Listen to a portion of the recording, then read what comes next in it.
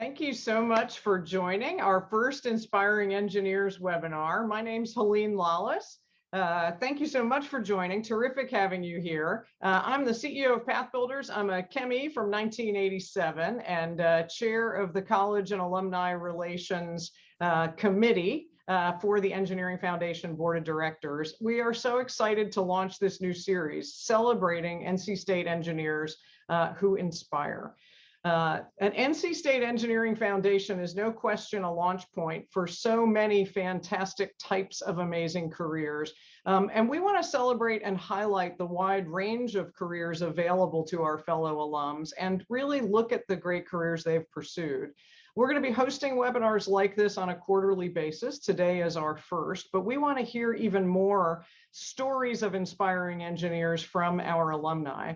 So we'll be launching in connection with this a social media campaign to really highlight all of you. So make sure you're following us on LinkedIn and Twitter, Instagram, and Facebook. Be sure to follow NC State College of Engineering and hashtag NC State ENGR.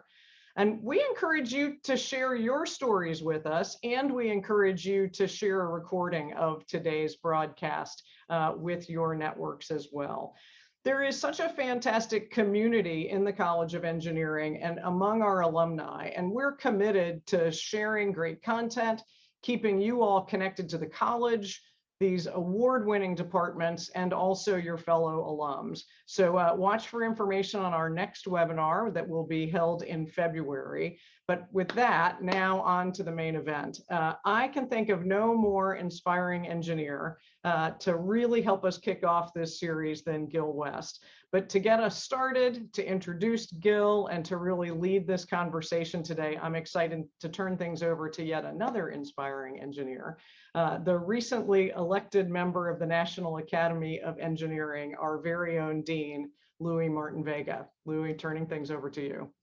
Thank you, Helene. Thank you. And let me first of all thank you and everybody on the foundation board, but your leadership on these events. You know, this is exactly what we want to do. We feel that we're very privileged to have such outstanding alumni that have really paved really incredible paths, and sharing their stories with you and sharing who they are and their origins, we hope will be very inspiring to all of you. It's inspiring to us. And today in particular, it's just really a real honor and privilege to introduce one of our most outstanding and distinguished engineering alumni. I'm speaking about Mr. Gil West. Gil is a mechanical and aerospace engineering alumnus, 1984, I believe. Gil is what I have here. He was inducted into our distinguished engineering alumni group just a few years ago. And you know, his career, as he'll share with you, has really been quite phenomenal. He was the former chief operating officer of Delta Airlines, and then retired, but didn't stay retired very long, right, Gil? It was you know, and is now the chief operating officer of Cruise, which is a multi-billion-dollar self-driving automotive company, which I think is also a very interesting progression, right? And I think Gil, you'll share with us there.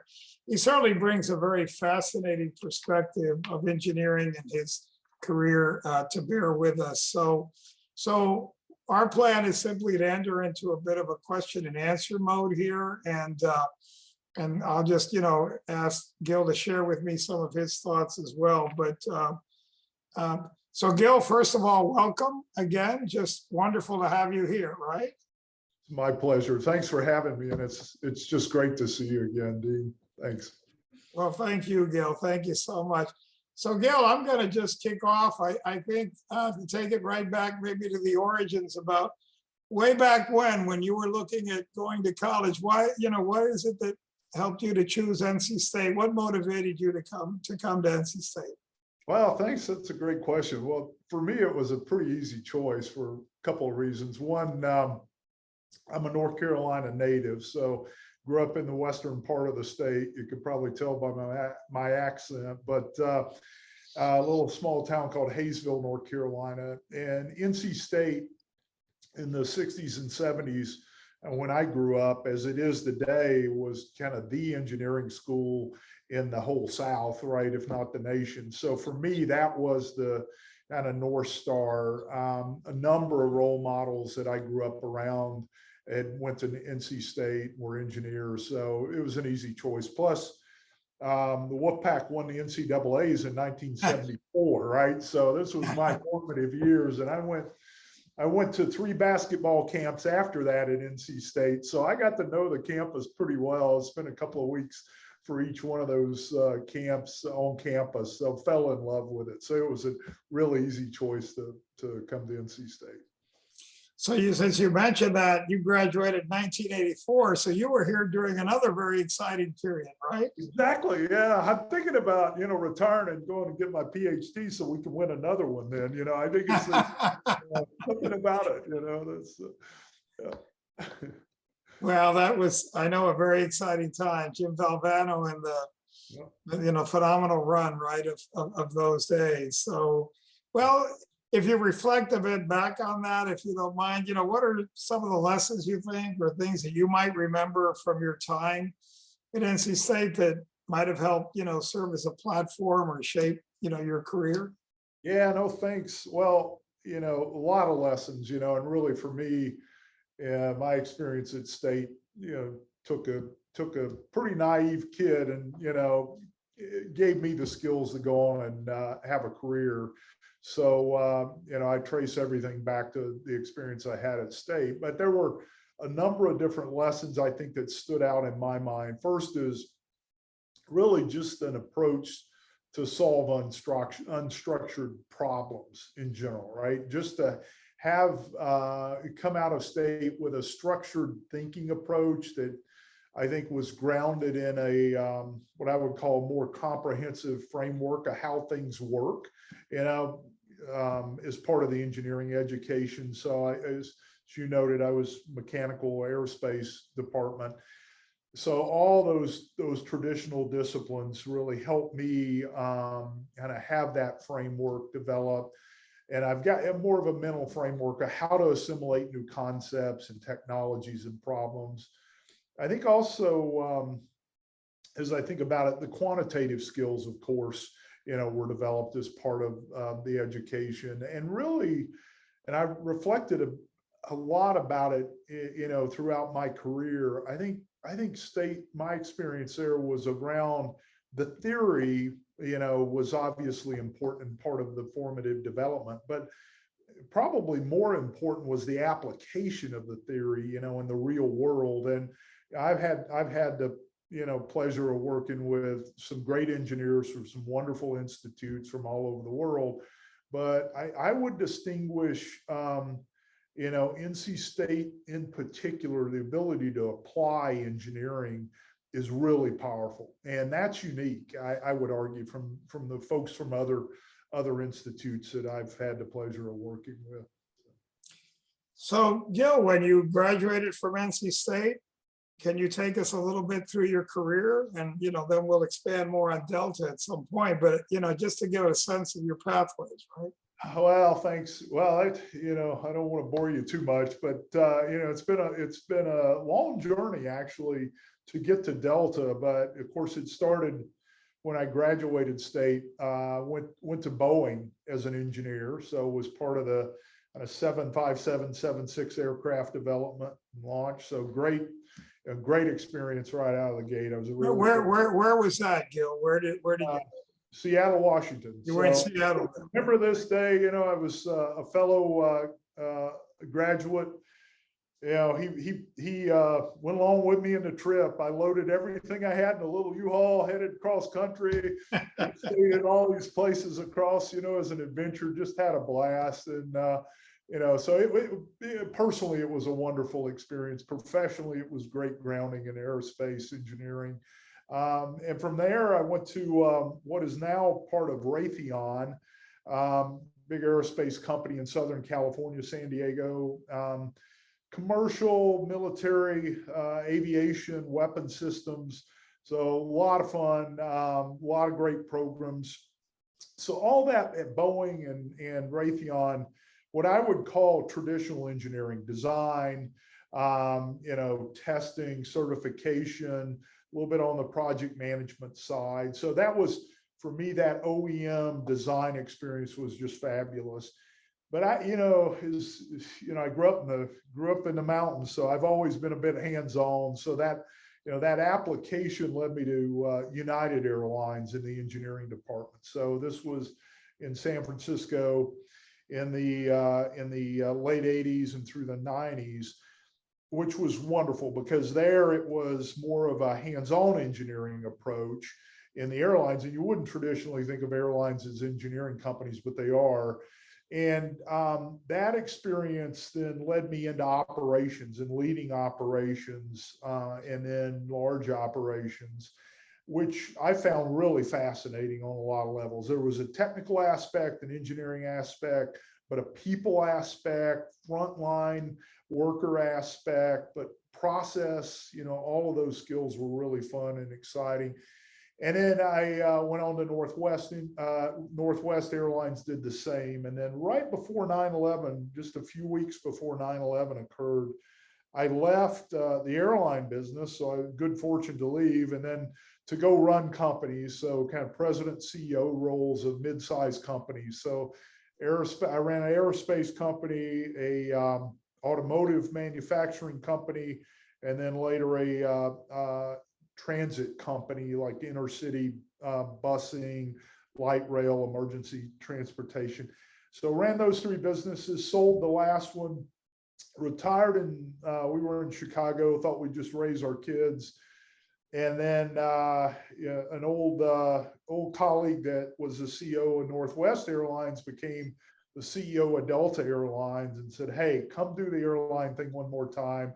Let's change the business model for airlines. So went to Delta, was there for a dozen years. It was an incredible run, truly from bankruptcy to, I think, the pinnacle of the industry, and then really disrupted the airline space and created different models. So, and retired in October of last year. So, yeah, that was my plan at least. So enjoyed it. Oh, no, well, I appreciate you sharing that because, help me out here. I mean, the foundation was the degree, right, that propelled you into that environment, and then the steps, and then there's sort of the gradual evolution from strictly technical engineering to now the combination of that and the management and people skills. And so Chief Operating Officer of Delta, tell me more about that.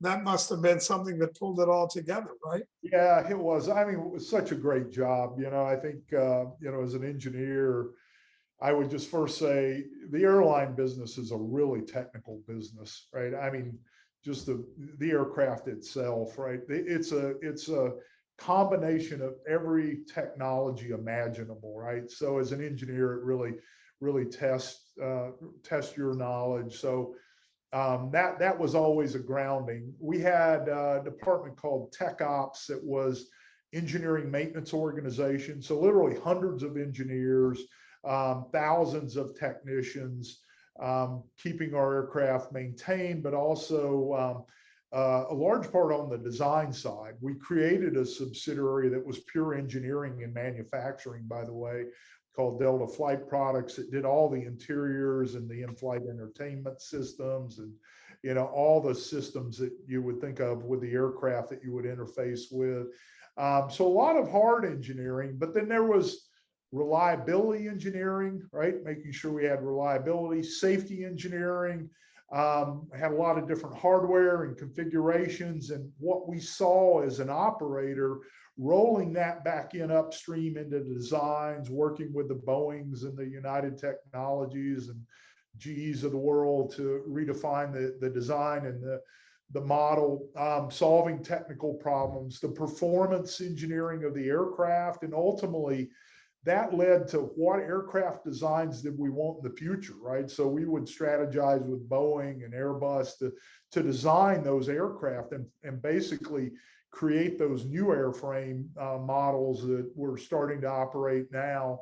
So, I would say all those skills in the engineering background I had at State prepared me for that. But there was also a piece that what I would call operationally intensive, right? We were running, a scaled operation, and put it in perspective, 200 million customers a year, 5,000, 6,000 flights a day, right? So this is really industrial scale. So the complexity of that, which really played more into the industrial engineering side, so process and flow and constraint management, which I found fascinating. I just really gravitated to that for some reason. And I think if I had it to do all over again, I would have dual majored in industrial engineering as well as mechanical engineering because of those skills, the business impact they had. And then ultimately it was just balancing, safety and reliability and efficiency and cost, of course. And I would just say for an engineer, it is a fabulous industry. It really, and the paths you can go are anywhere from pure design to, the operational process side. And it's just whatever your interests are, there's an opportunity, really. Well, I appreciate you sharing that, because that speaks a lot. And you and I have talked about this as to what we've been trying to do in the college. Even though we have our departments and our disciplines, it's really working across those disciplines, to really deal with problems, right, at a higher level. And particular, those two that you mentioned, industrial and systems engineering and mechanical and manufacturing systems, all really merge as other areas too. But now you're not in the airline industry, right? You're with cruise. and that is that a big change in your career direction, or is it not really? Is it just another application area? You tell us a little bit about that, if you don't. Such a great question. Well, first of all, I've loved aviation. I've spent most of my career in it, and now this is the final chapter of my career. I'm 60, just to lay it out there. So this is probably the last chapter in my career. And there's, Cruise is a company. A little bit of background, as you mentioned, Dean. It's an autonomous vehicle company. So we have designed and built self-driving vehicles, and it's pretty amazing. And the background is probably our ownership structure is a good example. We are owned by General Motors and Honda, so these are the OEMs in automotive space, of course. We also have financial investors, SoftBank, which is a big tech space investor, most of you probably know, along with T. Rowe Price. And then we have a couple of strategic partners, Microsoft and Walmart. So that's our ownership. And we have a company that has spent literally billions to develop autonomous driving. And it is, I think, the toughest engineering problem I've ever seen in my career. And I've seen some tough ones, but this is really, really, really deep engineering. And it's fascinating. But our company now is pivoting from R&D to commercial operations. So that's really the role that I have, is to help facilitate that as a chief operating officer. So commercially and operationally, how do we take the technology and how do we make money at it? We've designed a purpose-built vehicle with General Motors and Honda that will be the very first vehicle certified by NHTSA without a steering wheel or any driver controls. And we have those now. We're testing and certifying them, and I've ridden in them.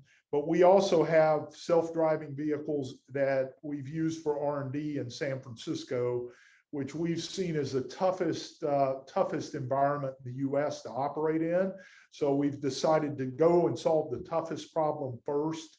And we have now been permitted to carry the public in those vehicles. I spent the last 3 weeks in San Francisco riding around in the back seat all by myself, vehicle driving in that environment. It is the equivalent in my old industry of the Wright brothers, right? Being in the kind of the back seat of the plane for this. And it's just fascinating, and it's a really hard problem, but the engineering discipline that's come to bear, certainly the foundation that I had at State has prepared me for that. And just to preface it, I learned to code on punch cards, right? So I've had to adapt over the years. But one of the things my experience at State taught me was you got to keep learning and sharpening the saw, right? That's just part of what you do as an engineer. So this has really tested it, but it's, you know, it's a really fascinating business, and it's for me, it's historic. I grew up, my dad's auto parts store, so I've always been a gearhead of sorts,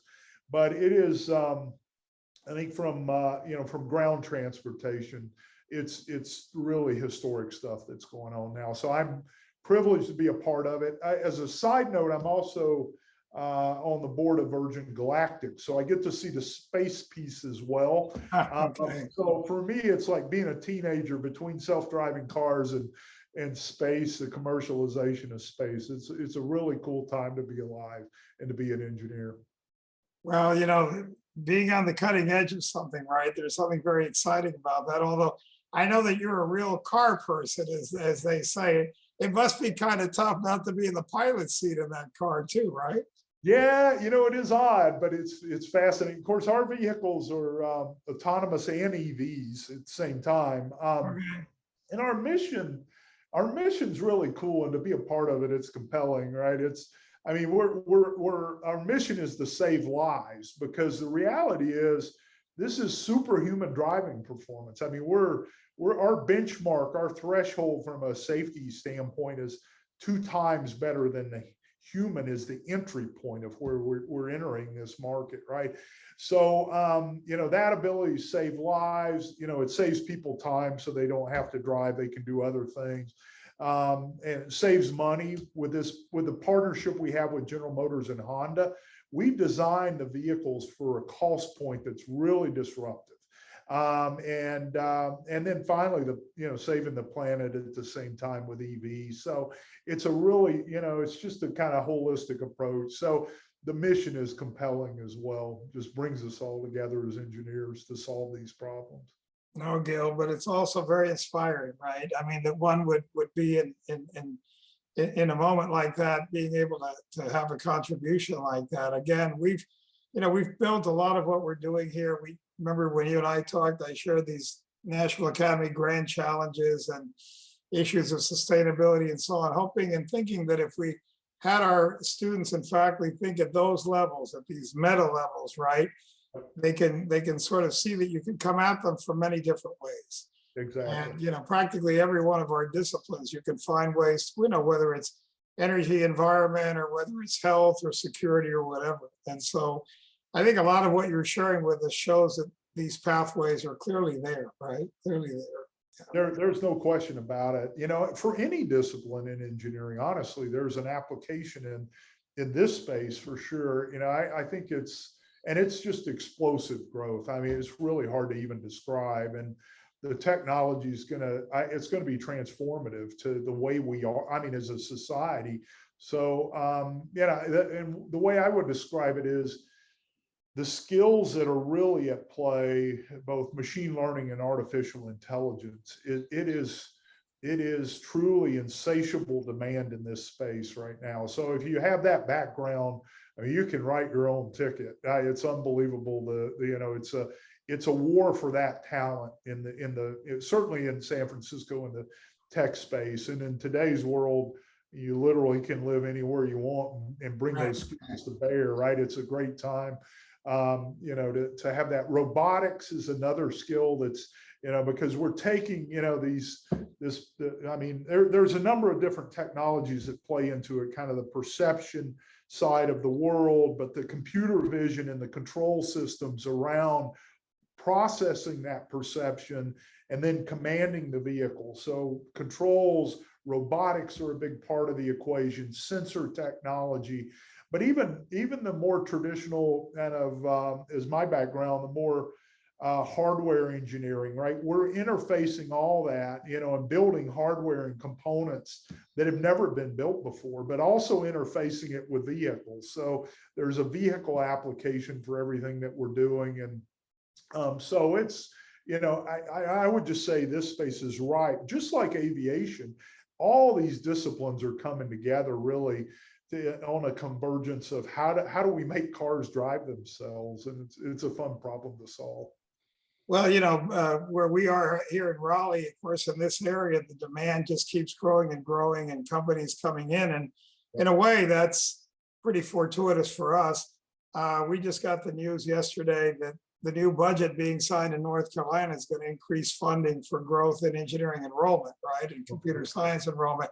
And my sense is there's no problem with the market demand, right? There's plenty of market demand. Yeah, for sure. Yeah, I would encourage you to look us up. We're, by the way, our website is getcruise.com, I right? got you. And there is a link, though. Honestly, if you want to know more about this space, there's a great link. It's about 20 minutes.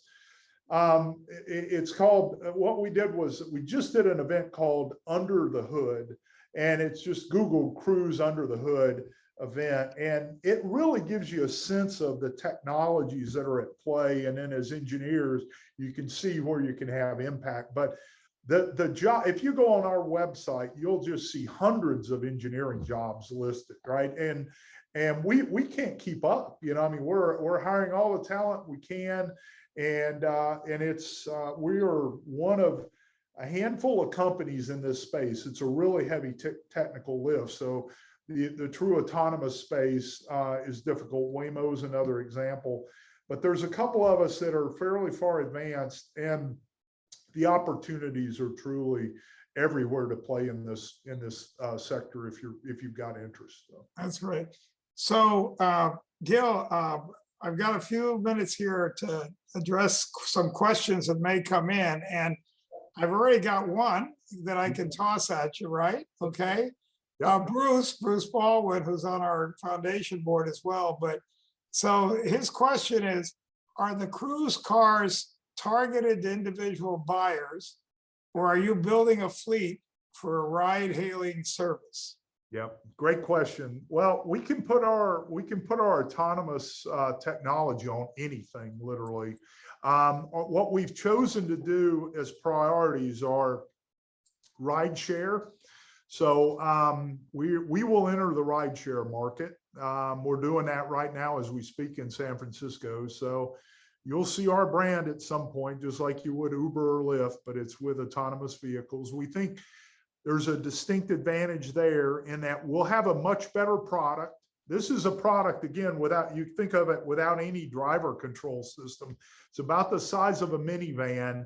There's 3 seats on each side facing each other, so a huge open space with monitors. I'll just assure you it's much better than the Uber or Lyft trips that I frequent.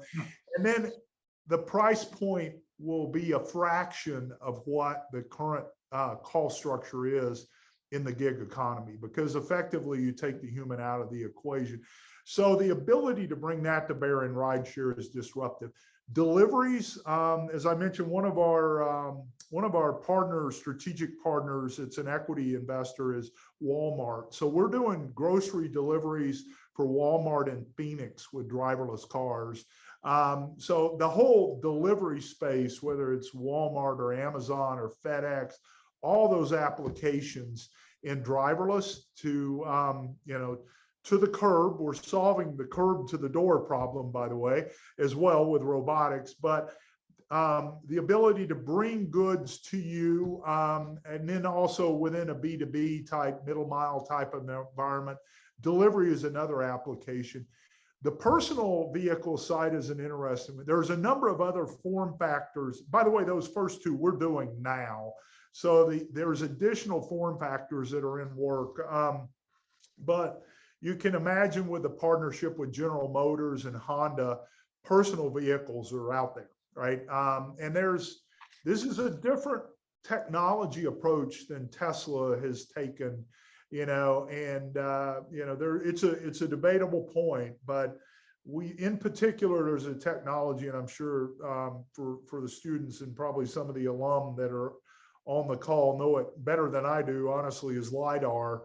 And LiDAR technology is part of our perception stack and is really key to do a fidelity of self-driving that's necessary in cities, given all the different complexity and what would be called edge cases, in particular pedestrians, bicyclists, scooterists, in these really heavily congested environments.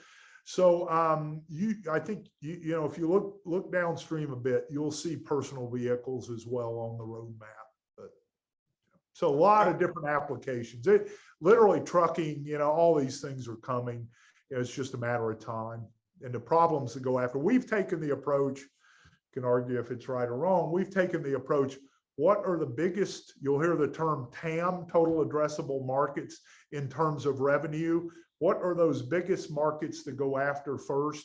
And let's go after them. And we're playing in multi-trillion-dollar addressable markets, basically. So that's been our priorities to deploy the technology. So here's another question that I have for you, Gil. Are you game? You still ready? Okay, Yeah, here we go. thanks. Yeah, thanks for Mike, enduring. no, Yeah. Mike Walsh, it says, to progress through levels of leadership requires strength in both hard and soft skills, he says. How did you learn to become a great leader of people?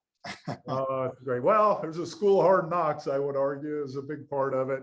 Having great mentors are another part of it. And just studying leadership like you would engineering. There's a discipline to it, I would say.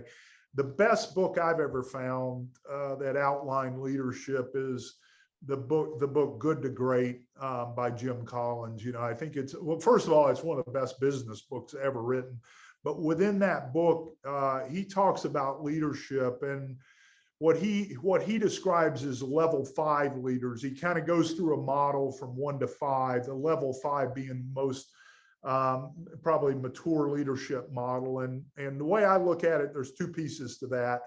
There's one piece that he describes as personal humility, but it's the traits of a good leader, I think. You know, humility, servant leadership model, really supporting the organization to achieve things, and, you know, having the courage to give feedback, all those type of things. The other is professional will, is the other dimension, which kind of is, you know, it's the yin yang of leadership. This is the hard skills of leadership. It's about getting the right people on the bus, getting the wrong people off the bus, having a disciplined approach to leading and running a business.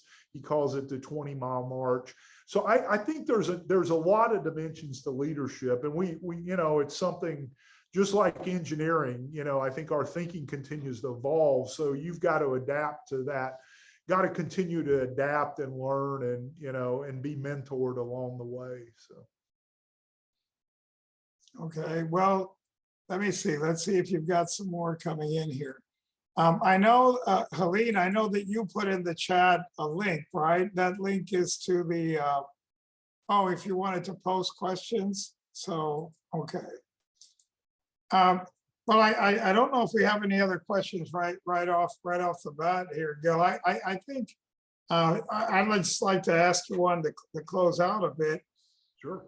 You know, advice that you would give, you know, not just to our students who are here, you've come and met with them, but people that are maybe either the beginnings of the career, mid-career, you know, something that you felt that had somebody shared that with you earlier on, it might have made things just a little bit easier, whatever, right?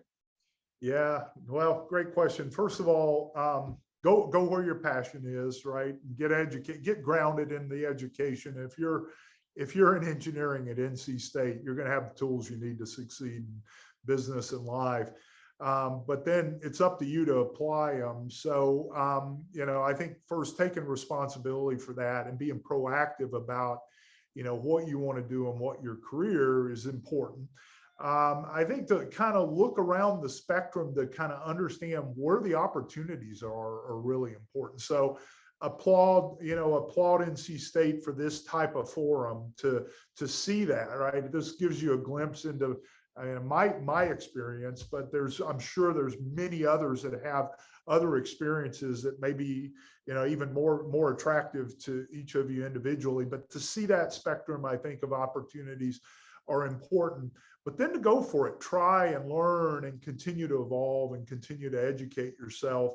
And, you know, I would also say, go where the problems are, right? And usually it's messy, you know, it's the areas that a lot of people shy away from, but that gives you the ability to have real impact, because if it was easy, it would have been done. So go for it, right? And then I think share lessons along the way with others as you progress, because I think we all learn from each other. So I think that's an important variable. And the other part that I'd probably be, because a mentor gave me this advice a long time ago, is don't worry about your next job, just worry about the one you're doing, because if you do it really well, the doors open everywhere. I can tell you the only job I've ever applied for was at Boeing. The rest of these things just came from just keeping came. my head down, doing what I'm doing, and then doors just open, right? And I think if you do that, you work well with people, and knowing that it's always a team sport. It's not about you, it's about the team and the enterprise that you're with.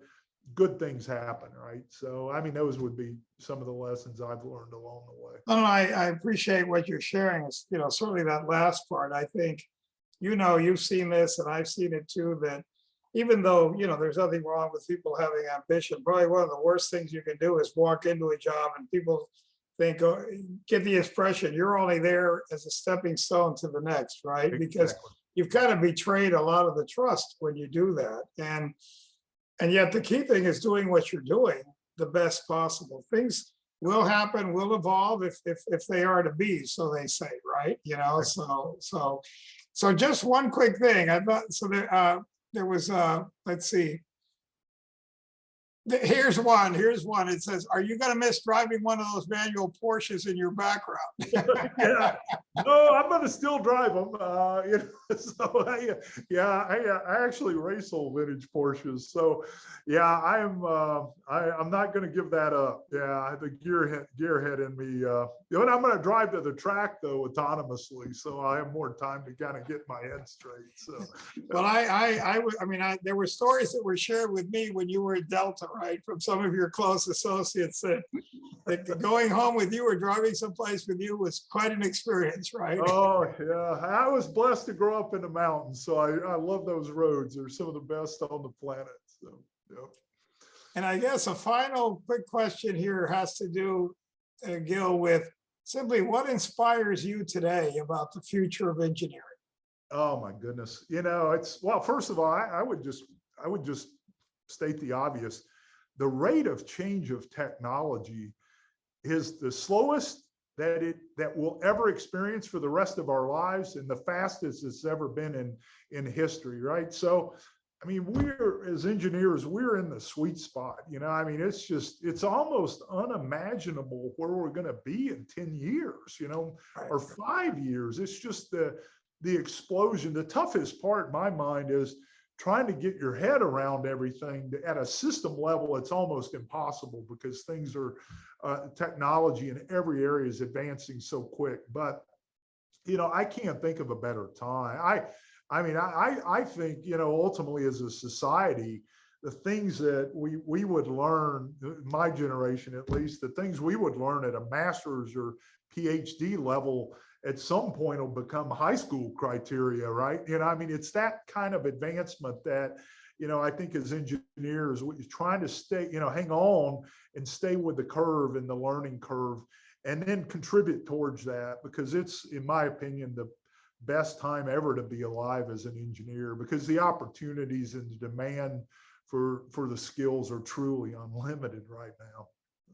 Well, Gil, thank you for sharing that. And again, thank you very much for kicking off our series here. This is the inaugural episode of our Inspiring Engineering series. And I hope for all of you that are online and watching this, that you will have been as motivated and as inspired as we all have been, not only with Gil and the example that he sets, but all the experiences he shared with us.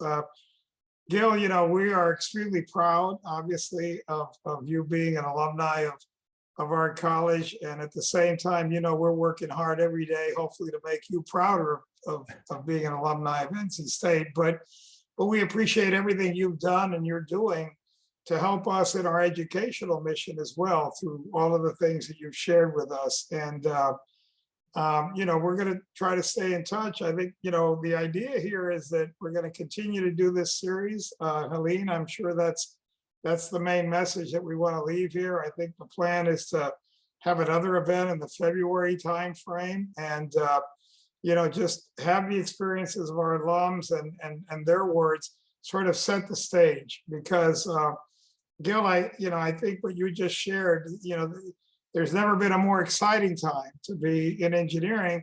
Part of it is because what engineering is continues to evolve, right? It evolves in very broad, dynamic, and innovative ways. And that's really the main thing that we hope comes through our programs. It's not just what one learns, but the ability to continue to learn, right? And go forward. So with that in mind, I was going to say, Helene, if I could turn it back over to you and have you sort of give some closing thoughts. But again, on my behalf, Gil, it's wonderful to see you again. Thank you so much for being on here. And I hope that I'll see you in person sometime in the next year, very soon, if not too long, right? Oh, I can't wait to, Dean. Thank you. I would just, one last plug maybe before we turn over. First of all, I just applaud you and the NC State leadership team. It's amazing what you've been able to accomplish. Congratulate you on your award again. Well deserved. I just put in a plug for all the alumni though on the call, because and for one, thanks for joining, but two, your stories I think are powerful as well. And you've got great experiences, I know, and just encourage you to share those with the College of Engineering. I think there'll be a link in the questionnaire to kind of reach out and be able to connect. But I mean, your stories and background and experiences, I think, again, just kind of shine the way for for some of the students and different options in their careers. Because I just speak personally. I mean, I had no idea what I wanted to do when I came out. It was just kind of happen chance and found my own path along the way. But these type of examples from all the alum, I think hopefully will be helpful for folks to figure out where they want to go in their careers. But last word, go Pack. So yeah, not great. There you go. Love it. And Gil could not say it better. We're so excited. Dean Louis, fantastic job. Gil, thank you so much for doing this. We want you all absolutely sharing the link to this, share this with your network. And Gil said it best. We want to really have a great series on LinkedIn to hear about all of the fantastic careers. So love that everyone took the time to be with us today, and fantastic job. Our pleasure. Thank you, Helene. Thank you, Gil. Thanks again so much. Okay. Take care, everybody. Take care. Happy Thanksgiving.